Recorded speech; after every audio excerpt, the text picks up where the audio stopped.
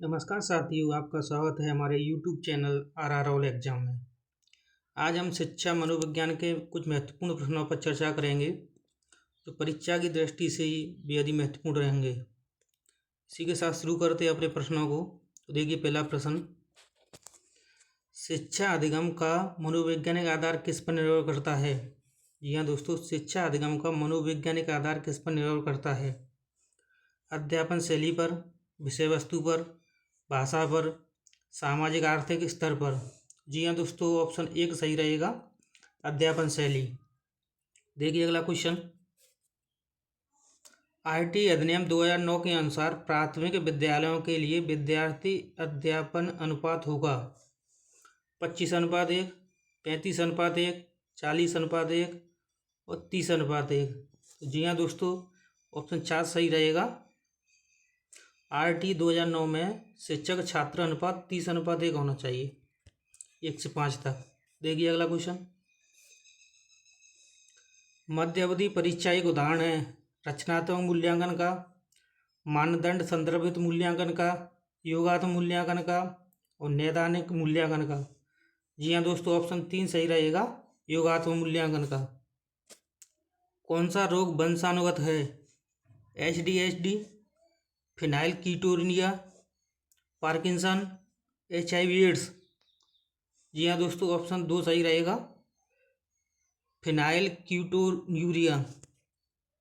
देखिए अगला क्वेश्चन, निम्नलिखित में से कौन सा बुद्धि का निष्पादन परीक्षण है? पाठ्यमेट्री, रोसा परीक्षण, WAIM, रेवन का MPM। जी हाँ दोस्तों, ऑप्शन ए सही रहेगा, पाठ्यमेट्री।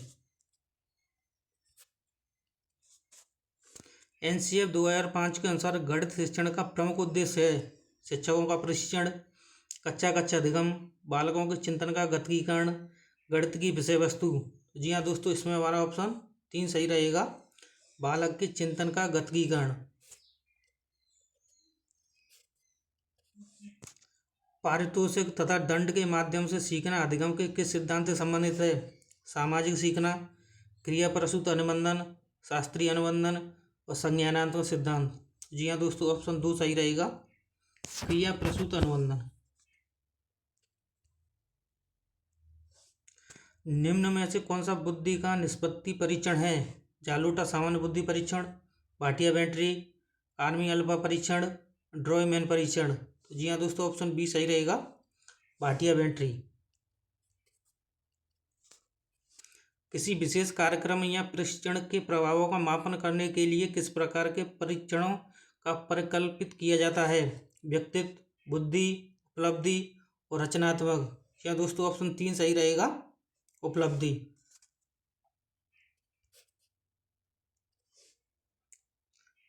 विकास की किस अवस्था में एक व्यक्ति व्यावसायिक समायोजन की समस्या का सामना करता है? वृद्धावस्था में, किशोरावस्था में, बाल्यावस्था में, शिशुअवस्था में। जी हाँ दोस्तों, ऑप्शन 2 सही रहेगा, किशोरावस्था में। उपचारात्मक शिक्षण किस प्रकार के बालकों के लिए प्रयुक्त होता है? तेज गति से सीखने वाले, धीमे सीखने वाले, प्रतिभाशाली बालक, रचनात्मक सीखने वाले। जी हाँ दोस्तों, इसमें ऑप्शन 2 सही रहेगा, धीमी गति से सीखने वाले। शिक्षण की खेलकूद विधि में किस सिद्धांत पर आधारित है? शिक्षण की विधियों के सिद्धांत, वृद्धि एवं विकास का सिद्धांत, शिक्षण का सामाजिकरण सिद्धांत, शारीरिक शिक्षा कार्यक्रम। जी हाँ दोस्तों, ऑप्शन 2 सही रहेगा, वृद्धि और विकास का सिद्धांत। NCF 2005 की राष्ट्रीय स्टीयरिंग समिति के अध्यक्ष कौन थे? Professor Kothari, professor Malhotra, professor Yashpal, professor Ramamurti. दोस्तों, ऑप्शन 3 सही रहेगा, प्रोफेसर यशपाल। आईटी अधिनियम 2009 किस आयु समूह के बालकों के लिए है? 5 से 12 वर्ष, 12 से 18 वर्ष, 7 से 15 वर्ष, 6 से 14 वर्ष। जी हाँ दोस्तों, ऑप्शन 4 सही रहेगा, आरटी अधिनियम 2009 6 से 14 वर्ष के बालकों के लिए। निम्नलिखित में से कौन सा दैहिक अभिप्रेरक नहीं है? उपलब्धि, भूख, प्यास और नींद। जी हाँ दोस्तों, ऑप्शन 1 सही रहेगा, उपलब्धि। उपलब्धि एक अर्जित अभिप्रेरक है, बाकी ये तीनों देह अभिप्रेरक हैं। व्यक्तिगत भिन्नता को निर्धारित करने में निम्न में से कौन सा जैविक कारक नहीं है? आनुवांशिकता, जन्मजात स्वभाव, अभिभावक बालक संबंध, शारीरिक स्वास्थ्य। जी हाँ दोस्तों, ऑप्शन 3 सही रहेगा, अभिभावक बालक संबंध। डाउन संरक्षण का कारण है त्रिगुणता 20, त्रिगुणता 21, XXY गुणसूत्र 22। जी हाँ दोस्तों, इसमें ऑप्शन 2 सही रहेगा। इसमें 21वें गुणसूत्र पर एक अतिरिक्त गुणसूत्र आ जाता है, जिसे त्रिगुणता 21 कहते हैं। विश्वसनीयता की अवधारणा से आशय है निर्देशों की वस्तुनिष्ठता, मापन का उद्देश्य, प्राप्तांक की बारंबारता, गणना की समरूपता। जी हाँ दोस्तों, ऑप्शन 3 सही रहेगा, प्राप्तांकों की बारंबारता। निम्नलिखित में से कौन सा प्रक्षेपी परीक्षण का उदाहरण नहीं है? TAT, SCT, ड्रॉयमैन, MMPI। तो जी हाँ दोस्तों, ऑप्शन 4 सही रहेगा, MMPI। बहुबुद्धि का सिद्धांत किसने प्रतिपादित किया? हार्वर्ड गार्डनर, जीन पियाजे, डेविड बेसलर, एरिक्सन। जी हाँ दोस्तों, ऑप्शन 1 सही रहेगा, बहुबुद्धि का सिद्धांत हार्वर्ड गार्डनर द्वारा दिया गया। अल्बर्ट बांड्रा द्वारा प्रस्तावित अधिगम का सिद्धांत है शास्त्रीय अनुबंधन सिद्धांत, संज्ञानात्मक सिद्धांत, अंतर्राष्ट्रीय सिद्धांत, सामाजिक अधिगम सिद्धांत। तो दोस्तों, अल्बर्ट बांड्रा द्वारा सामाजिक अधिगम सिद्धांत दिया गया।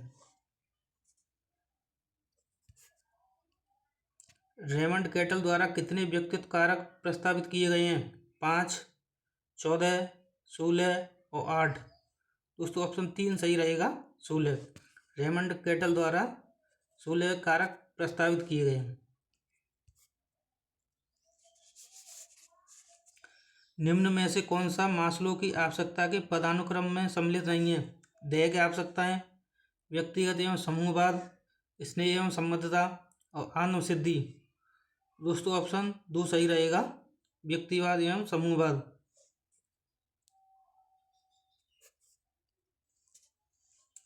एक व्यक्ति में एक समय पर 2 विपरीत इच्छाओं का होना कहलाता है द्वंद्व, कुंठा, चिंता, दबाव। जी हाँ दोस्तों, ऑप्शन 1 सही रहेगा, एक व्यक्ति में एक समय में 2 विपरीत इच्छाएं होना द्वंद्व कहलाता है। निम्नलिखित में से कौन सा अनुसंधान स्टीफन कोरे से संबंधित है? आधारभूत अनुसंधान, व्यवहारात्मक अनुसंधान, वैज्ञानिक अनुसंधान और क्रियात्मक अनुसंधान। दोस्तों, ऑप्शन 4 सही रहेगा, स्टीफन एम कोरे द्वारा क्रियात्मक अनुसंधान दिया गया।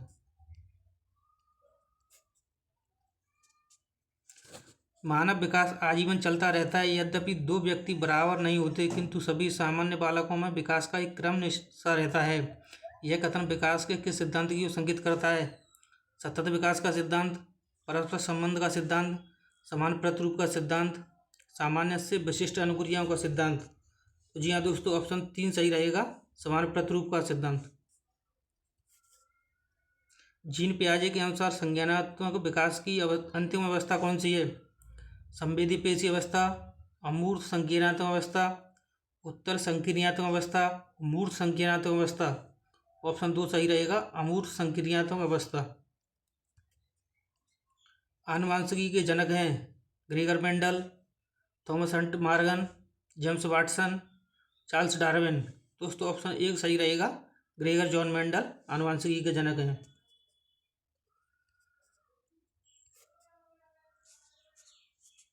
व्यक्तित्व का मनोविश्लेषण सिद्धांत किसके द्वारा प्रतिपादित किया गया? अब्राहम मास्लो, सिगमंड फ्रायड, और रोजर्स, जीन पियाजे। ऑप्शन 2 सही रहेगा, मनोविश्लेषण सिद्धांत सिगमंड फ्रायड के द्वारा प्रतिपादित किया गया। सिगमंड फ्रायड ने मन की 3 अवस्थाएं बताई हैं, चेतन मन, अचेतन मन और अर्धचेतन मन।